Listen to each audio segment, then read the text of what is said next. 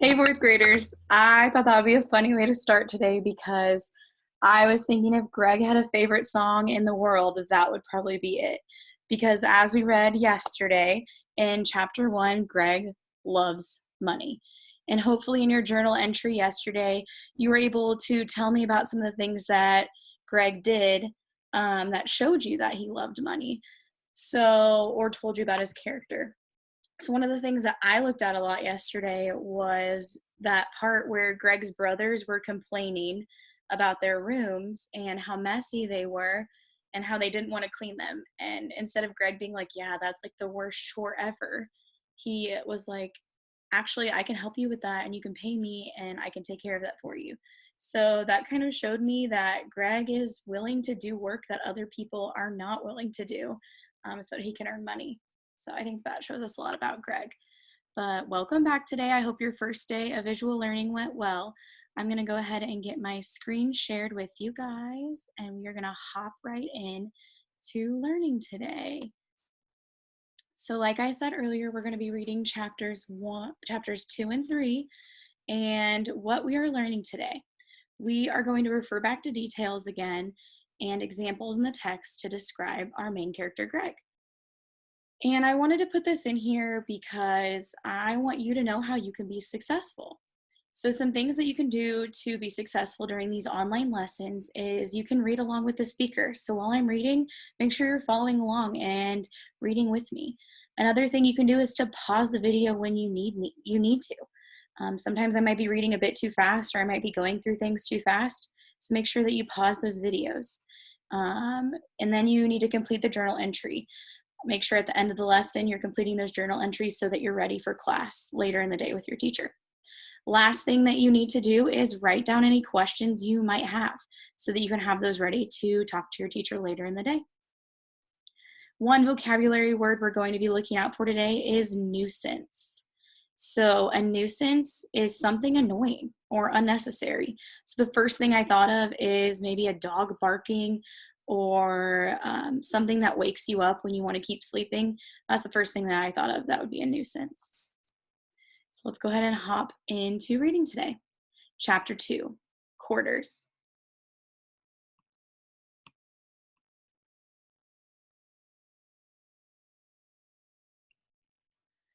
It was near the end of his 5th grade year. Around 11:30 one morning during silent reading, Greg felt hungry, so he had started to think about his lunch. A ham and cheese sandwich, a bag of nacho cheese Doritos, a bunch of red grapes, and an apple cherry juice box. His mom had made him a bag lunch, which was fine with Greg.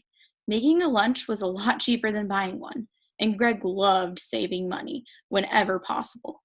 Plus, home food was usually better than school food.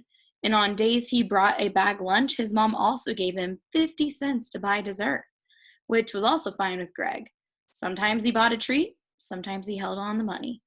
On this particular day, he had been planning to spend both quarters on an ice cream sandwich. Then Greg remembered where his lunch was.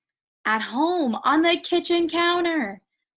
He did have $1 of his own money in his wallet, and he had 2 quarters from his mom in his front pocket, but a whole school lunch cost $2. He needed 2 more quarters.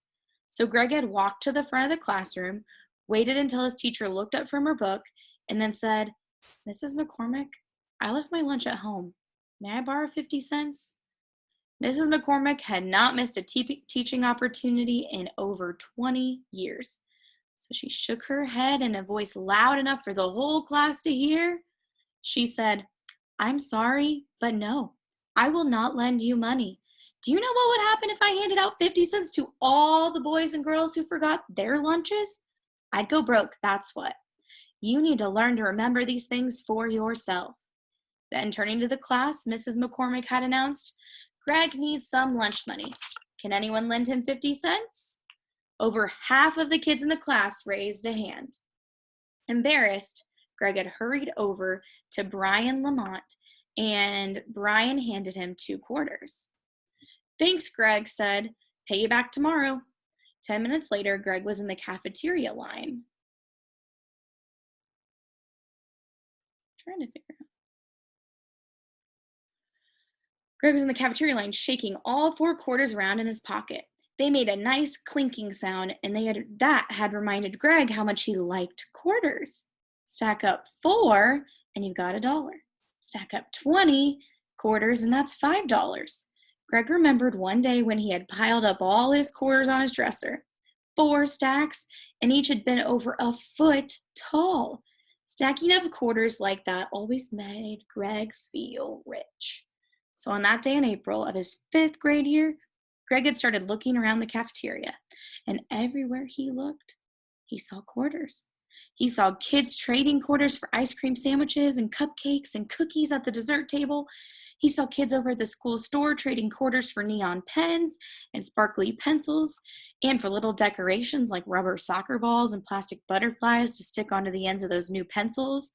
He saw Albert Hobart drop 3 quarters into a machine so he could have a cold can of juice with his lunch.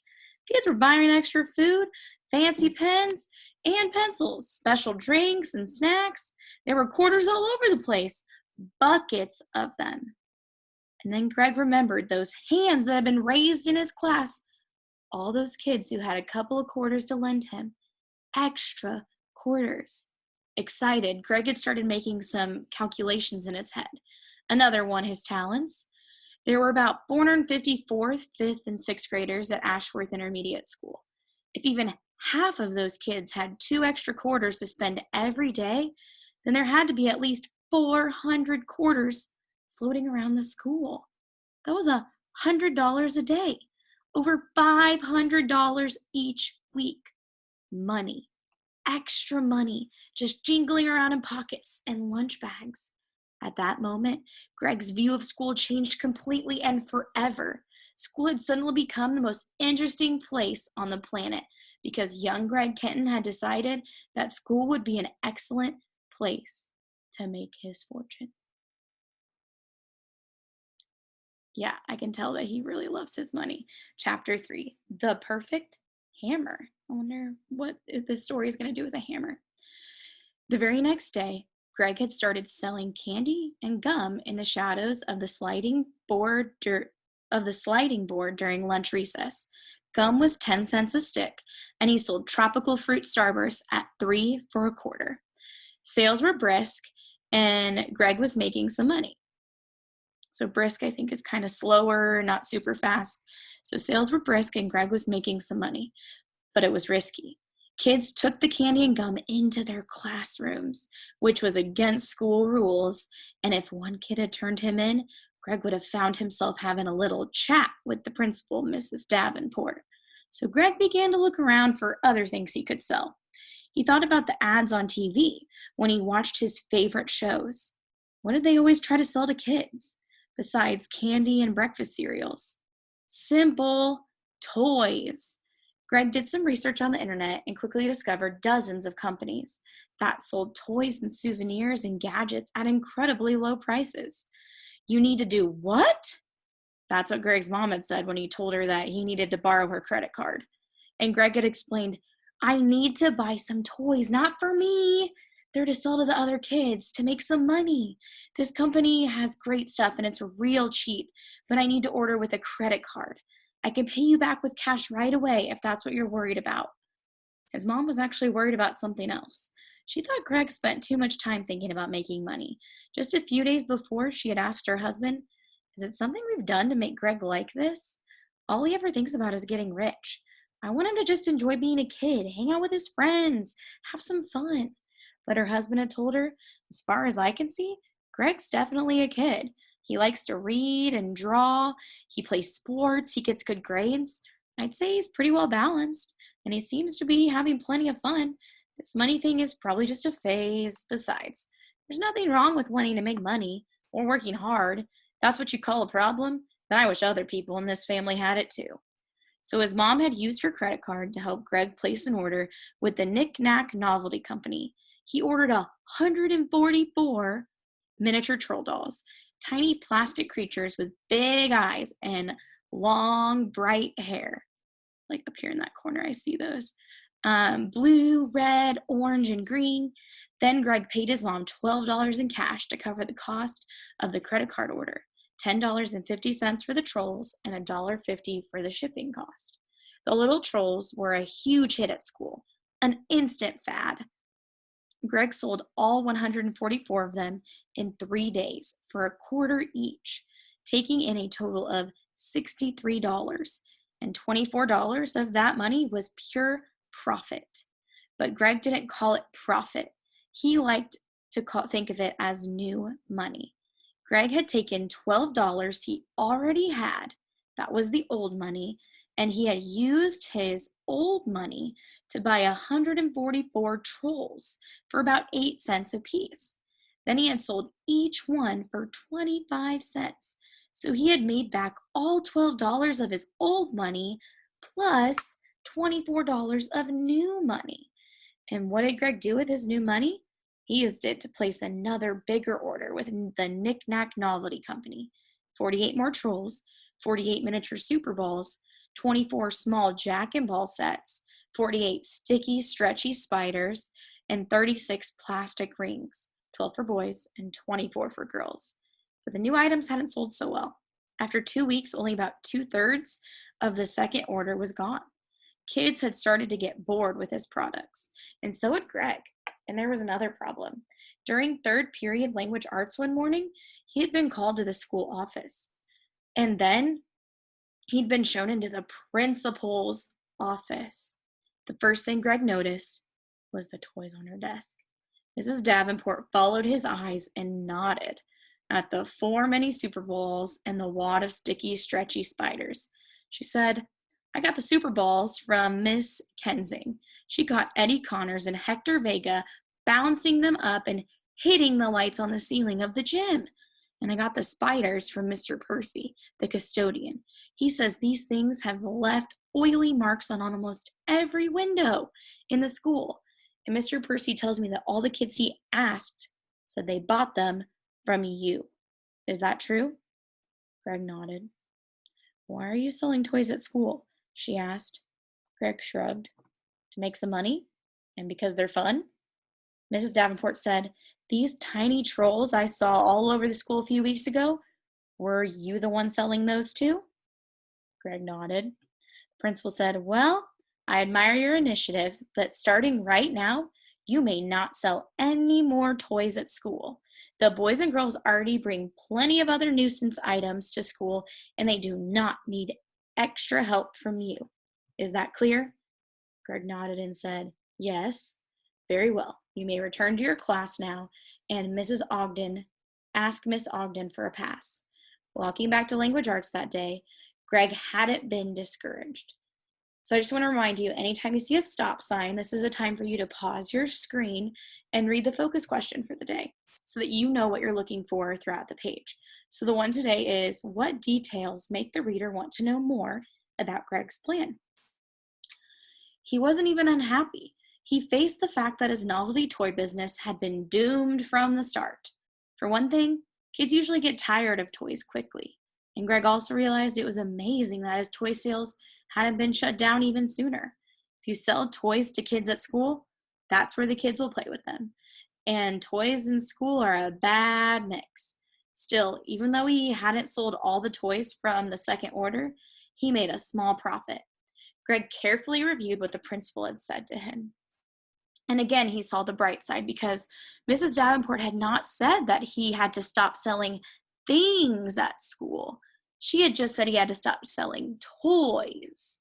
So all he needed was something else he could sell at school, something that wouldn't upset the teachers or Mrs. Davenport or the custodian.